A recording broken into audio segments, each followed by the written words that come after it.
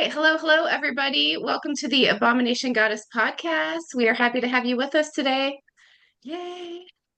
With me, as always, I have Casie Halseth. She is the author of Abomination Born. It is a fictional portrayal of her real life experiences with the mystical realms. Her action packed books are full of lessons, insights, and calls for other Abomination Born folks in the world to start connecting, which is what we like to do in our podcast each week. She is an award winning public speaker, and I think that you'll find by watching this podcast and by reading her books that she just effortlessly draws her audience into her world, both in her books and on the stage. So, welcome, Casie. Thank you. And I am Ashley Kim. I am the author of Villanera Goddess. It is a book that I wrote to help women on their journey to set boundaries, build confidence, and to heal themselves. It is a very honest and open look at what I went through and the tools that I used to survive my villain era. I went through my journey alone, and I wrote this book so that you wouldn't have to go it alone. So I will be sitting beside you on this crazy roller coaster, also screaming my head off with you. Yay! Yay. And now, our special guest. Today, we are joined by Brandon Weston, a folklorist and writer living in the heart of Arkansas Ozarks. Brandon's work shines a light on the living traditions of Ozark folk healing, practices that have been evolving and passed down for hundreds of years. Through his research and writing, Brandon explores how traditions intersect, helping us better understand not only the lives of our ancestors, but also the unique spirits of the Ozarks themselves. His work reminds us that while these practices are influenced by many places and people, they remain rooted in and unique to the Ozark Mountains. And we are so excited. Welcome, Brandon. We're so happy to have you with us. Thank you for having me. Great to be here. Yay. Yay. Awesome. Okay. Well, we kick the podcast off each week by having a little show and tell session where we just show pictures of whatever it is we're into for the week. So I am going to go ahead and share my screen real quick. And let's see here. All right. Let's see. Casie, do you want me to go first or do you want to go first? You can go first. Okay. I just have a couple things here. The first, I was going to show this because I thought of Brandon when I saw this. So this is a charm that I made. What year is this? 2025? Okay, sorry, earlier this year.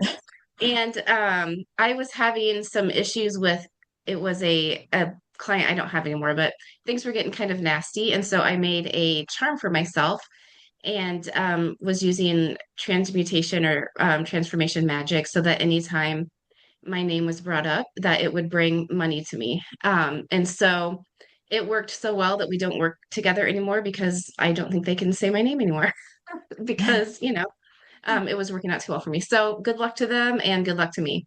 I am proud of it. I loved it. And I have just kept it as my reminder of how powerful I am and that I can have my own back. So I just wanted to share mine that I have. It was a necklace that my friend got me a long time ago, and I didn't know what I was going to do with it. So I just kept it. And then this evil eye keychain and put them together. And I was like, voila. Perfect. Yeah. Okay, so the other thing I wanted to show is that so my husband and I, whenever we go to the Southeast Asian grocery store, I cannot talk today, we pick up bamboo just because we're like, it's so easy, we'll fill our house with it. But I wanted to look it up and be like, what is the property of this? Because it is in a lot of meditations, it is, in so many other cultures, right? And so I was looking that up. So this is one of ours that we have.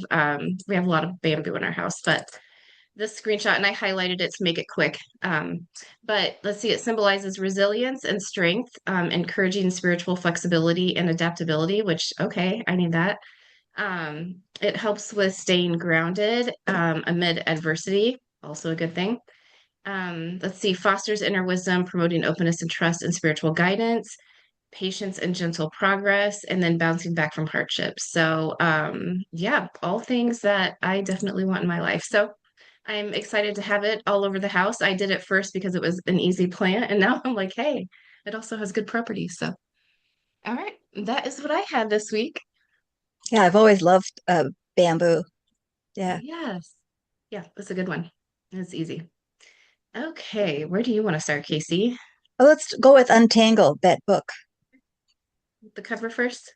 Yeah, you had mentioned this, I think it was last week.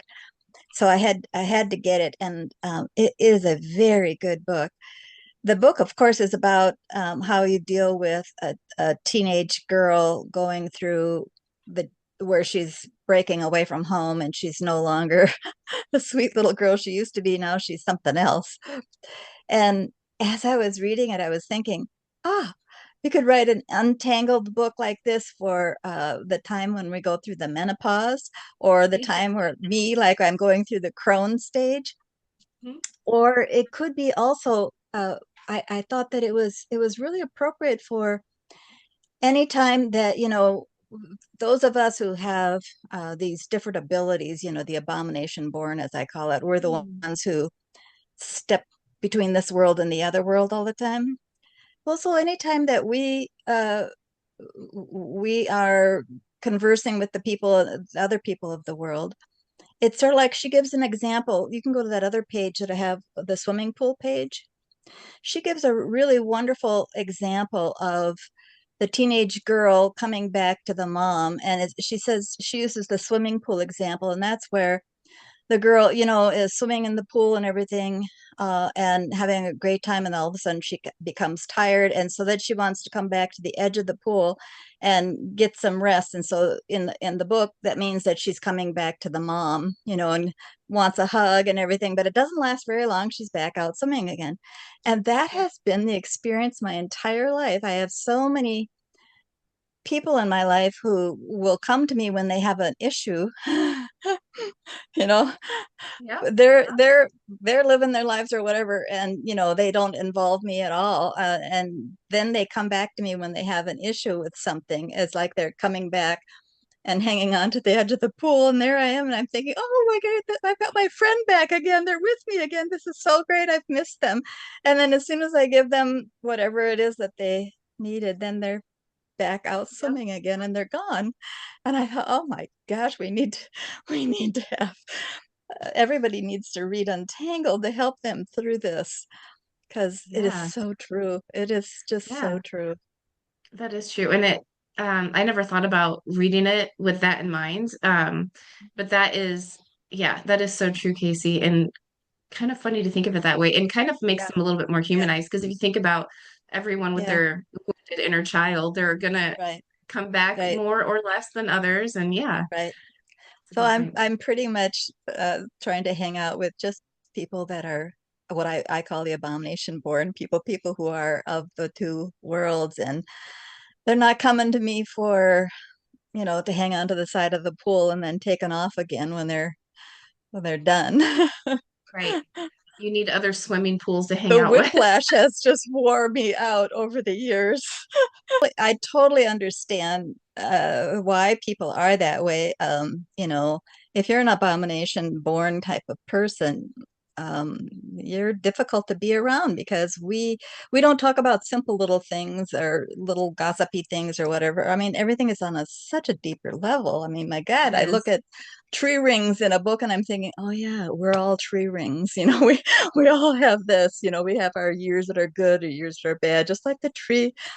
So Yep. it's like, oh yeah. So I Yeah. I, I understand I understand it, but I tell you, it's the book is good. Untangled is a good book.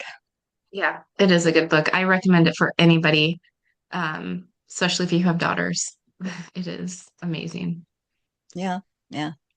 Okay, we can go to I let's see. Let's go to the Book of Charms.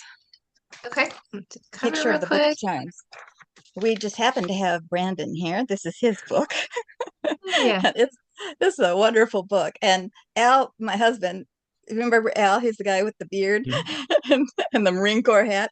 Okay, so after we went to this workshop with Brandon, and afterwards, Al had said, "Do you have anything for good luck?" And Brandon whipped out this thing of nutmeg and some Hoyt's water or something, Voice and he put it cologne, in yeah. Hoyt's cologne and put it in a Yeah. little cloth bag, and told Al to rub it a little bit or whatever, and he handed it to Al, give to Al. And I got to tell you, well, Al's always good at craps anyway. He's a really good craps player. And but he just couldn't lose. And then he had me touch it before we went back over to the casino. We stay at the casino when we go to Fort Smith because it's free, sort of. But we I was I couldn't lose on the machines. That's all I play is I'll play the machines. I couldn't lose. It was That's it so was cool. just really odd. And then I thought, oh, that's right. I had touched Brandon's little good luck charm. So Yep. yeah, everybody should get this book. It's really a good Yes. book. Yes. That's And then awesome. I love let's see, this. go to his the Ozark folk magic one. Oh wait, no, let Here yeah, we go. go Ozark folk magic one. Yeah, Okay. yeah, that one right there. Really, Another gorgeous cover too. yeah, these are all profound books. I mean, they're really, really good. But see, on page 33, and I do have that page up, but you don't have to pull it up. Okay. This is towards his introduction a little bit, and he's talking. He says, "I let my work come to me in dreams and visions as a continuing revelation," and I just love that so much. He talks Yes. about how he went from, you study all these things, and I used to listen to my grandma. I used to listen to everything, and then you even when the spirits on the other side and beings on the other side tell us how to do something, we have to go in and actually experience it. We've got to go in and become the plant, become the rock, become the tree. This is what we do. And when I read that in there, I thought, oh, this book puts away all the other books that are on, you know, herbs and things. You just don't see that in, like, Back to Eden by Jethro Kloss, for instance. He doesn't talk about that at all. It's all you do this, measure this out, and everyone should do this. And here Brandon's talking about this deeper level, which I just love. I just love. Mhm. And then go to the other book, Magical Water. No, Ozark Mountain Spellbook. Oh, another really good book. And this one, he talks about everything in here. Just you know, just everything. He covers everything. But one of the things that I love that he has in here, he talks about the importance of water itself. And oh my God, that was, I have talked to the Lady of the Lake. I have talked to water. I've become one with water, and he gives all these instructions on full moon water, new moon water, spring equinox water. I mean, all these different things, and it's like, Mhm. yeah, he knows. He knows. You know, Yeah. we I have a love young it. man who actually knows these things, and I just like, oh, I that's love all I it. have. Praise for Yes. Brandon. Yes, yes. Thank you. Yes. Thank you. I'm glad you enjoyed them. Yeah. Uh, Wonderful books. Wonderful Yes. books. I love it. Okay. All right, Brandon, it's your turn. Do we want to just start with the first one, or what do you Sure, think? yeah. If you just want to start with the hex signs there, and yeah, I'm glad you enjoyed the books. They were really fun to write, and we can even maybe talk more about them Yeah. at some point if we wanted to. But yeah, I just wanted to comment on the continuing revelation because I think that's such an important part of any folk magic tradition. And one of my biggest inspirations has been, one of my teachers. She pretty early on as we were, studying with each other, she said, if you aren't addressing the needs of your community, you can't call yourself a healer. And so the healer addresses the needs of the changing community. And so we have to change in our practice as the community changes. And so that's always been a big part of my work is this, working from traditions of the past, but then also, you know, evolving my traditions, evolving the work that I do to address the needs as they arise within the community because the community is never going to be the same. It's always going to be changing. It's always going to be, we're always going to have new things to have to deal with.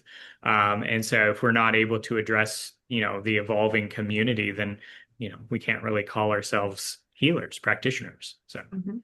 Oh, Yeah, I'm so okay. glad you said that, Brenda. I'm right now working on a piece that has to do with how we, as who we are to help with the AI, uh-huh. Yeah. because Mm. we're moving into a world with AI and they're going to Yeah. need us. Yeah.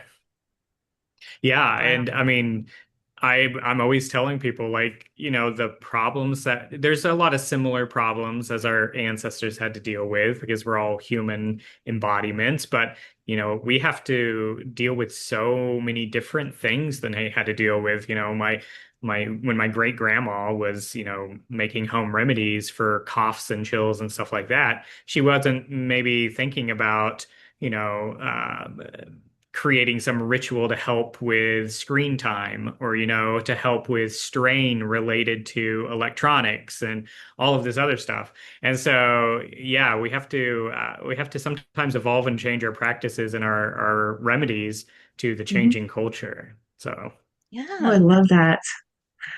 Ooh, you've given me like goosebumps and chills like 3 times already. Hmm. well, so these are, and also my other show and tell will probably be my cat, who is currently sitting behind Yes. me. Yes. This is his favorite place when I'm doing Zoom calls and stuff. He always loves jumping up on the pillow behind me and sitting there. So if you see a little head pop up, that's Simon, my cat. He Welcome, loves Simon. joining in, so he will be the other show and tell for the day. Oh, Um, love so it. I just brought a few items that I've been kind of working more with. They're a part of my heritage and my practice, but lately, I tend to go in sort of waves with the things that I'm interested in throughout the year. And it seems like every time we get toward the fall, I always start getting interested in my German heritage. And so, for whatever reason, I've been pulling out all of the Pennsylvania German stuff this past week, and so. I brought a few items that are related to that. So the first one are these hex signs, as they're sometimes called. They're also called barn signs, you'll sometimes hear. And these are a part of Pennsylvania German culture. There's actually a big German influence here in the Ozarks. Lots of German families that came into the southern Appalachian Mountains and then from southern Appalachia over into the Ozarks. So we do have quite a few German families here, and my own family is a sort of mixture of a lot of different European places, but a lot of German as well. So these are a part of Pennsylvania German culture. There's sometimes traditionally they're painted on barns as protection, but one of the like funny things I always find about a lot of these folk traditions is there's like the outside definition that people will give or explanation for the things. So if a tourist was to ask what it was, they would say, "Oh, it's to beautify the barn. It's pretty. It's a Yeah. decoration." That's But right. then underneath all of these traditions, of course, like once you get to know people, then they'll start talking about, these are to ward off, evil witches and ghosts and spirits from, harming the cattle and things like that. So I have a huge collection of these that I've, gotten from yard sales and eBay all, throughout the years. So these are three that I really like. The oak one on the upper left is the power of the oak tree, the strength that's derived from Mhm. the oak tree. The oak tree is connected to the planet Jupiter, so that sort of like Jupiter kingly strength. The power of the lightning also, the power of thunder, so the quickness of that, and then that sort of connection to prosperity as well. And then the three-leaf clover, three being a sacred number in lots of different traditions, but this is the lucky three-leaf clover. And this one I really like it because it also incorporates the tulips from German folk culture, which are symbols of prosperity, as well as you see underneath the clover, there's a little green snake. And that is the power of this lucky symbol over evil. So Oh, it's sort of like overpowering that. And so you see the little snake on a lot of the hex signs sometimes as a symbol of like overpowering that. But then underneath that, the snake also has this symbol of, actually a symbol of wisdom, a symbol of secret knowledge, that sort of thing. And then the bottom one is a more geometric design, which is one of what's sometimes called a master hex. These geometric figures that are used for protection from all sorts of things, sort of like just a really powerful, strong sort of symbol or sigil. So yeah, these three hex signs, I have a bunch of these and I love using them in, candle magic, burning candles on them or using them to charge amulet bags, things like that. And then you can go to David Kriebel's book. So this is one I always break out again, when I start getting interested in German folk culture again. So this was published, I think, in 2007. But it is still such a good resource, and it has been such an inspiration with my own writing. I Mhm. love his writing style. He interviews people, actual practitioners, and early on, as I was sort of doing this work in the Ozarks, I wanted my work to be a way to tell the stories of people that haven't been able to tell their stories before. And so he's a really good example of this kind of folklore where he allows people to speak for themselves, practitioners to speak for themselves, which, in a lot of anthropological works and folklore works, that doesn't happen all the time. Sometimes people talk over healers and things like that. So I really like this book. I recommend it to anyone that's interested in Pennsylvania German folk culture. Sometimes you hear this called powwowing, also Braucherei. Braucherei is the traditional German term for this. Or sometimes if you're talking about the more malign magic, it's Hexerei, which is the sort of witchcraft side of things. And then something that's always on my mind are the Psalms. And so I've been thinking about those a lot lately. I use the Psalms a lot in my work. It's very traditional Ozark spell book. We consider the Bible to be our first spell book. And so this would have been a resource that people would have had memorized and available in the home. And so, yeah, I was just thinking back this week to some of my teachers who, in many cases only use the Bible for healing, as well as for protection work and for retribution work, or this sort of cursing with a cause, as I like to call it. So the Psalms for me is one of these areas that I always enjoy looking at, and it seems like there's always interesting verbal charms and prayers that we can get from the Psalms. Wow. And it's also a big part of Pennsylvania German culture as well. And so there's lots of similarities between the Braucherei, the German folk magic, and Ozark folk magic. Lots of cross-cultural influences. Wow, that's awesome. I remember, yeah, I remember when I was little hearing powwowing. Mhm. I remember that term. Uh, yeah, you weren't So supposed to cool. let other people know about it. Yeah, it's a very secretive tradition. It's very strict. A lot of the old taboos about how you pass down things in the Ozarks haven't really stuck around very much, but in powwowing culture, they're still really strict about it. So, they can only pass down verbal charms, orally. You can't write them down. You have to pass them down older person to younger person and cross genders. So, like woman to man, man to woman, and sometimes it Mm. can only stay within a family.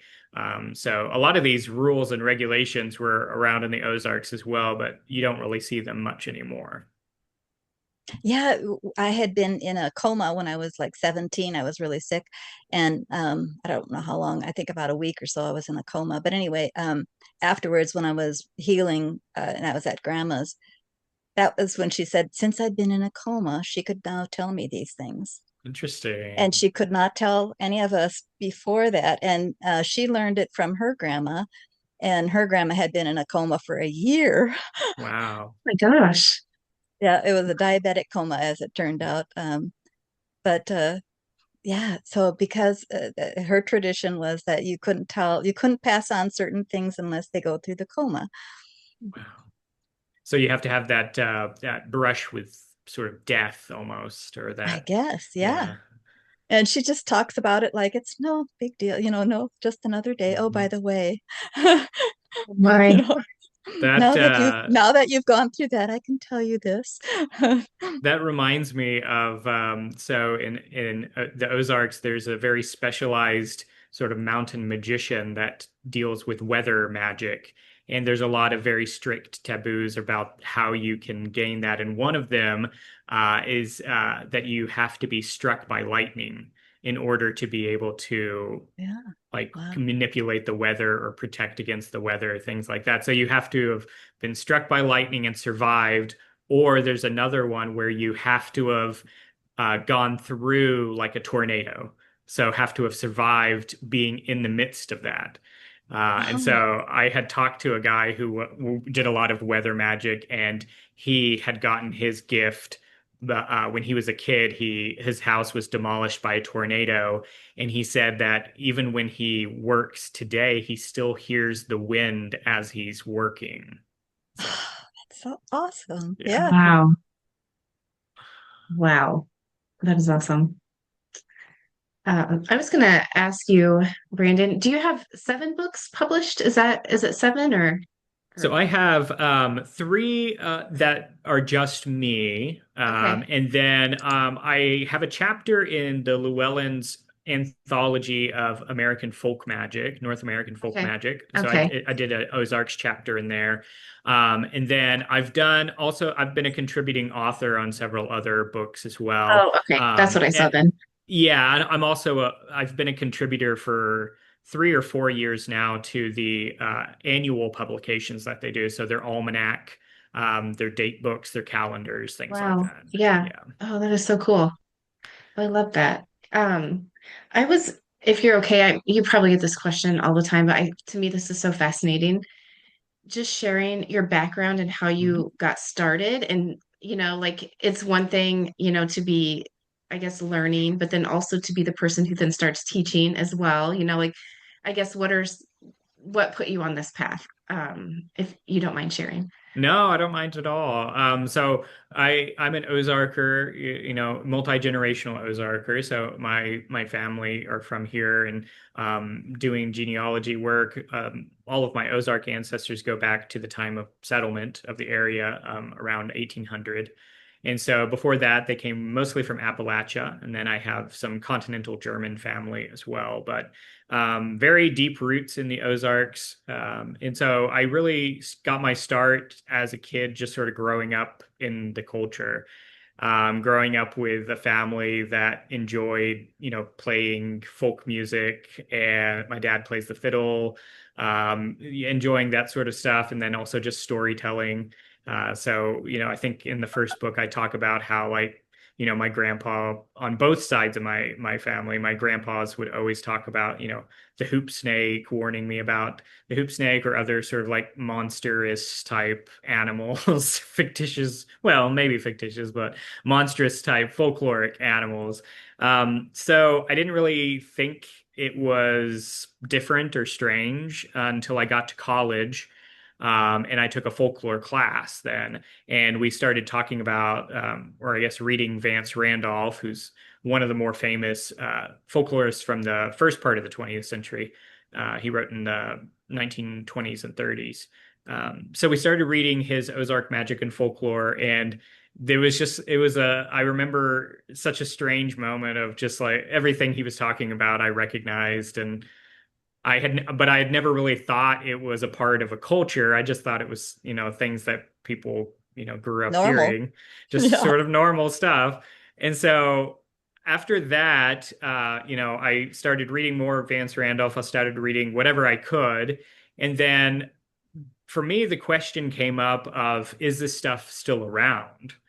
And so I really wanted to, I wasn't a professional folklorist or anything like that, but I was interested in stories, and I loved, the storytelling tradition. And so I said, well, I've got a tape recorder and a car. I can go out and try to collect stories and things like that. So that's what I did for about 5, 6 years, was, Oh, every chance I wow. could get, just sort of traveling around. And I started with family, collecting stories in the family, and then just sort of spider webbed out from there. And, in the Ozarks, it's kind of getting to be more populated, but it's still one of these areas where, you talk to somebody and they say, "Oh, well, you need to talk to my cousin who lives down the road." And then you go talk to the cousin and they say, "Oh, well, you need to talk to my husband's grandma." And then you go visit husband's grandma. And so it just sort of, fractions out from there.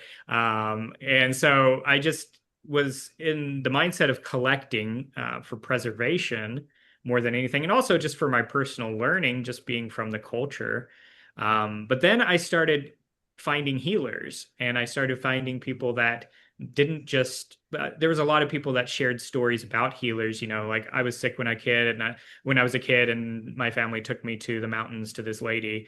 But then I started finding actual people that would have been that lady, that the kids got taken to. So um, that really clicked with me because I've always sort of been interested in herbal healing, but then also this big realm of spiritual healing. And so I started finding and interviewing more and more healers and people that had the gift and different types of gifts and things like that. And it got to the point where I was really interested in this. I was still sort of collecting it for, just a collection. But then I met a lady who would become one of my favorite teachers, really my most important teachers. And one day we were working together, and she just sort of stopped me and she clicked my tape recorder off, and she said, "Why are you acting like you're not a part of this?" Ooh. And so at that point I was like, what do you mean? And she said, "Well, you have the gift too." And so at that point I was like, well, to my knowledge, I wasn't, born in the call or, had to brush with death or anything like that. And she's like, "Well, the fact that you're so interested in this shows that you have the gift." And so, And your hand, yeah, yeah. your hand has it. I could tell when I first time I saw your hand, I thought, oh yeah, he's got it too. Yeah, and now that I've been sort of in this world for a while now, I kind of understand, and there's been times where I've been able to like see it in other people as well. And so I now am able to sort of get it a little bit better, I guess. But so then Well, it sort of changed the entire thing for me. I still was really interested in collecting stories and things like that, but the focus wasn't on the academic side of things. It was on the collecting things to actually be able to use. Yeah. Um, mhm. and so, it was looking through and collecting things, what can we bring to the present to help address the needs of the community? What are the things that are best left in the past? That sort of thing. Mhm. And so, yeah, from there, it just sort of, I started working more almost as an apprentice for different healers, just gaining whatever knowledge that I could after that. And so I always tell people when I do events and classes, like I will collect any story anybody has to give me, but my focus over the past 10 years or so has been healing traditions, spiritual traditions, faith traditions, things like that, which I think are the underrepresented areas in folklore. Not a lot of people like to write about these things because, for a lot of people, it's just superstition. So Mhm. that's been the area that I've That been in. And then the teaching I kind of just fell into that. I got to the point where there were so many people asking for stuff, and that was one of my teachers always said, when you're ready to teach, people will ask you for teaching. And so I took that as a sign that now's the time to, Mhm. pass on some things that I have collected that I may not even use in my own practice. A lot of what I teach, I don't actually practice, but that's a part of this tradition too, is, I have collected certain things that other people might be able to use. And so Yeah. I'm in a position now where I can pass down a lot of this stuff. And if people use it, they use it. If they don't, that's okay too. So, Yeah. That is amazing. And is that part of your on Patreon having the apprenticeships and things like mhm. that as far as people can start with? I mean, I guess where would people start? Would they start with your books, or would you recommend start with Patreon and then you'll know which books to kind of get into, or A lot of times people will know, they like Yeah. it's very interesting, years and years and years ago, I'm very sort of anti-advertising. I never wanted to be somebody that like, put out big sort of ads on things for my services, which is I just for me that's just not something that has always meshed. And so pretty early on I said, okay, well, whoever comes to me is going to be somebody that needs me. If people need me, they'll be able to find me. And so far, everybody that has approached about apprenticeships and things like that, I've been able to immediately sort of tell if it Oh, was right nice. or if we needed to wait on it. I would say that if people are just sort of casually interested, the first book, Ozark Folk Magic, I think is a really good overview of the history and the tradition. And then if that sort of seems very interesting, then yeah, dig into the other books. And I occasionally will teach introductory classes to Ozark folk magic, things like that. But my classes are all sort of geared towards any practice level. And Mhm. so beginners through experts, I hope can learn from the classes. And then the apprenticeships are really an opportunity for people who are really interested in growing their own practice, to be able to work with me one-on-one on, whatever it is that they're interested in. So. Yeah. Yeah, that's amazing. That's such a good opportunity for other people to get to do that.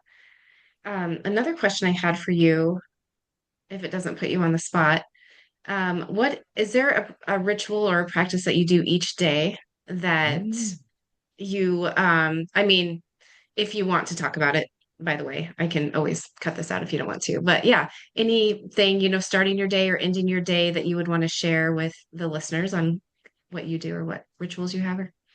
Yeah, no, I'm all about like incorporating rituals into the daily life, into weekly life. I think that it's a really important thing to do.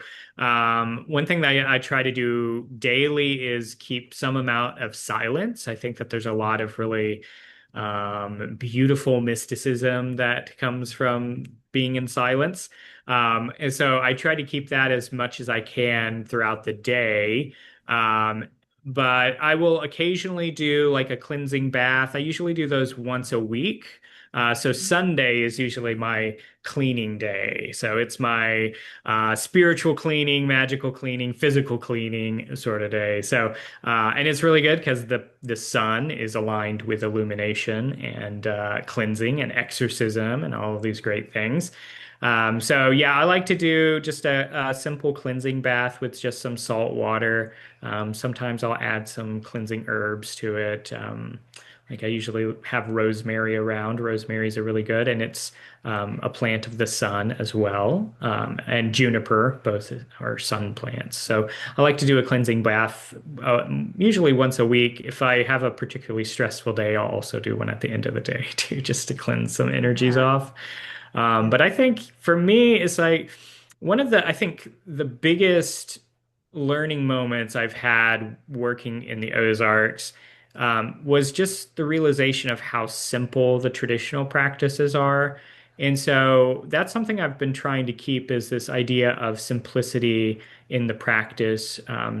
There's a magic to not overcomplicating the process. And so Mhm. sitting in the silence for me is a very powerful way of cleansing and grounding and healing in the moment.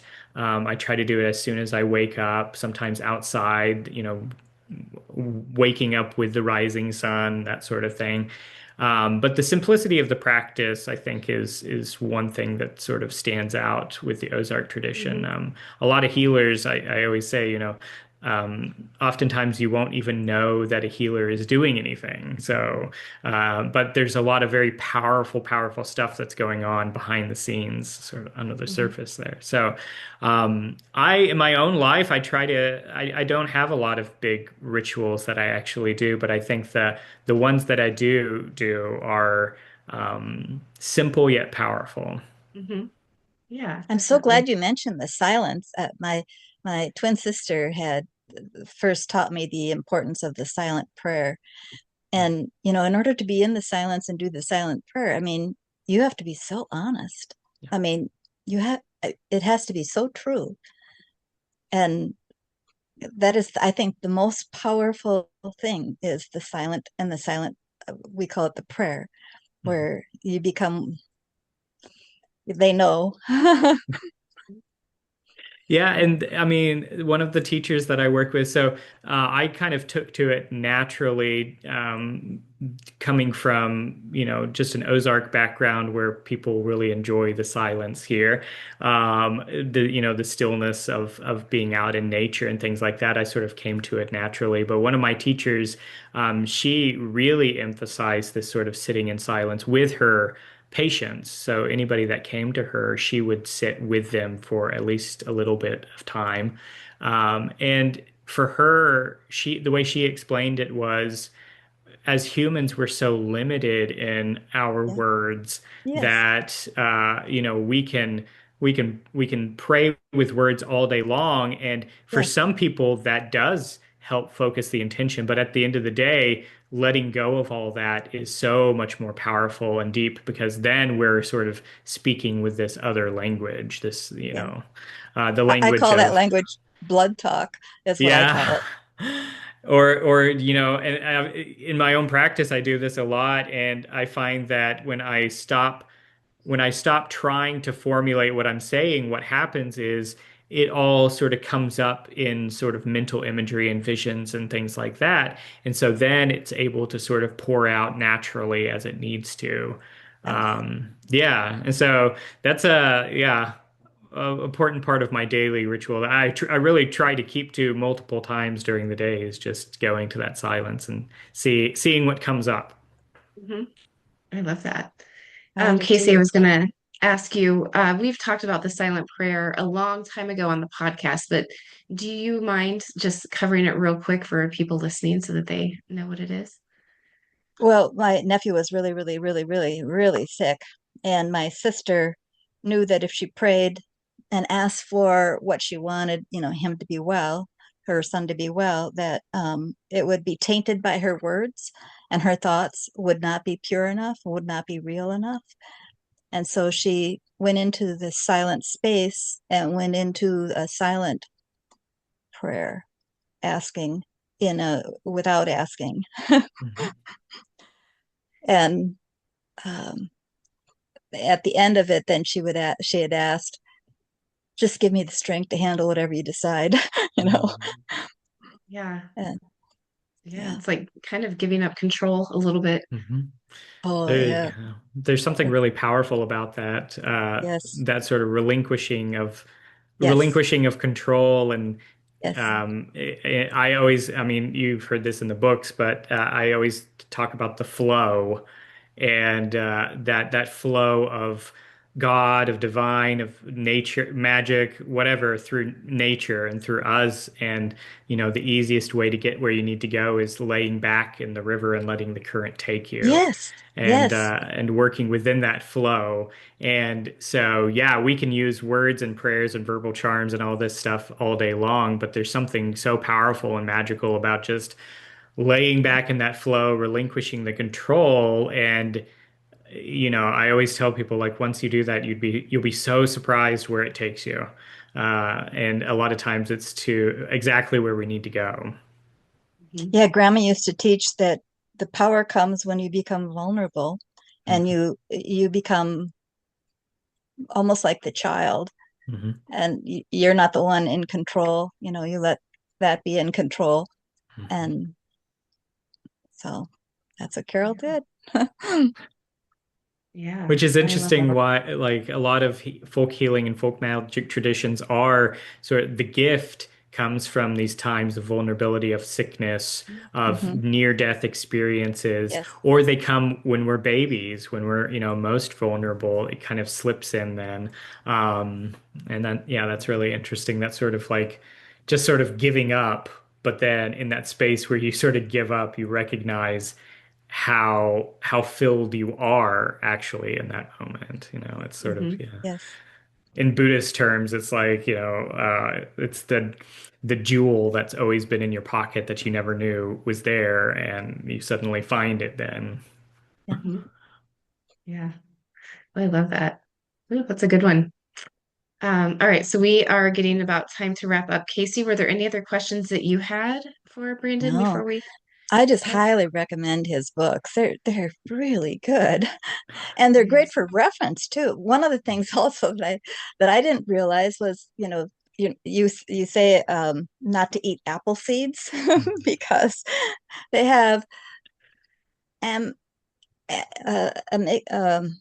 amylogen. I forget what it was in it, and that can turn into cyanide in your system.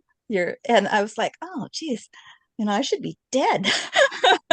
I've eaten quite a few apple seeds in my life. You I was the can one who always ate the bone down to nothing yeah. practically, and You I'd can eat them. develop a tolerance to it, apparently. Yeah, you can develop a tolerance to it. But yeah, in these books, herbal books, we have to be so careful and label, every single, contraindication and caution and stuff like that. So, I but looked it cherry up. pits are the same way. Yeah, Yeah. I looked it up Really? on Google, and sure enough, yeah, Yeah. it's same thing. And uh, I'd never read that before. Yep. I knew about the seeds that Steve McQueen, was it, that used the seeds when he tried to get cured from cancer down in Mexico? Apricot seeds, I think it might have been, Oh, yeah. and it didn't work. But we don't know what was going on with that. But that's the only time I ever heard of seeds doing something like that. So Yeah, that was really cherry pits have the same effect as well. It can your body can synthesize it into cyanide. So around here we use a lot of wild cherry bark for coughs and colds. It's a really good wet expectorant. But I always tell people to be very cautious because the green parts, the green leaves and unripe berries and the seed pits all have that effect. And actually, if you look, if like out here, I have a wild cherry tree and a branch fell not too long ago. And if you look at these branches, nothing will eat the leaves. Even if it's a branch that falls off the tree, they could easily eat the leaves. The deer won't eat it, the squirrels won't eat it because all of the green parts have that effect for, I think, all mammals. So yeah, the animals know. good They to do. know. I have a couple of those trees. I'll have to watch them. Yeah. Yeah. Oh, that's so cool. Awesome. All right, Brandon, thank you so much for joining us today. This has been such an honor. Where can people find you? Where do you want them to connect with you? I know you're on Instagram, you have a website. Yeah, tell us what's best for you. Yeah, the website is ozarkhealing.com. And I post all of my upcoming in-person classes and events, as well as any online virtual classes that I'm going to have. And it's just a good way to connect to me. There's a contact page, and you just fill out a little form, and it comes directly to my email. But I'm also on Instagram Ozark Healing Traditions, and then on Patreon. It's patreon.com/Ozark Healing Traditions. And the Patreon is really cool. It's just, I post weekly journal entries. I post practice posts, which are geared towards lots of different areas of magical practice, healing practice, very practical guide sort of posts. There's also Patreon only classes, so classes that I don't teach anywhere else, but just on the Patreon.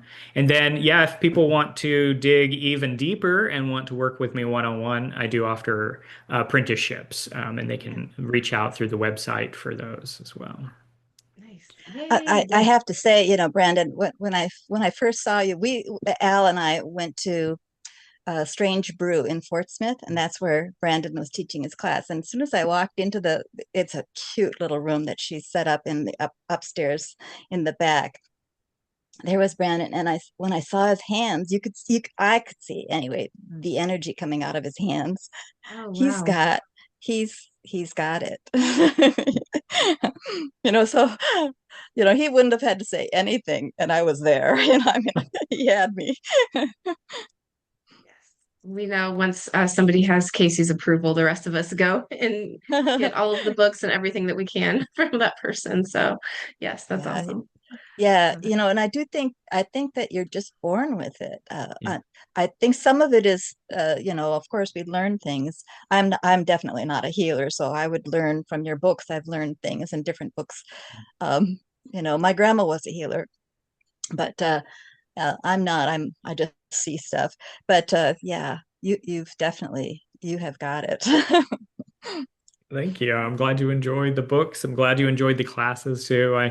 I love teaching it, and yeah, I always tell people that, I think we're all at some extent, born with the gift. It's just about finding what our gift is. Yes, And so yes, it's just like anything else. It's a talent, it's an aptitude. And so, not everybody has to be a healer. Not everybody right. has to be. And in the old days, people would be very specialized in what they were good at. So I think that's something that we always need to remember as more and more people are getting interested in this, that you don't have to be good at everything. You can have your thing that you're good at. So, yeah, that's a I great think reminder. it's good to know about these different things. Like mhm. if you read your things, your book, at least I would know if somebody was doing something that no, this is not right. Right, I don't know where they get that information from. right. That it doesn't, because I'm not like you are a feeler. I mean, intense, and so is my husband. And I'm not so much. So I need to rely on people like you guys to help me because I can be swayed pretty easy unless I see an entity coming off of them or something. But yeah, you, we need people like you to kind of help guide Mhm. people like me. I love it. Awesome. Okay. Well, this was amazing. Thank you again so much, Brandon. Thank Yes, you. Hang thank on. you. Thank Yep. you. All right. Thank you, everybody, for listening today. Bye.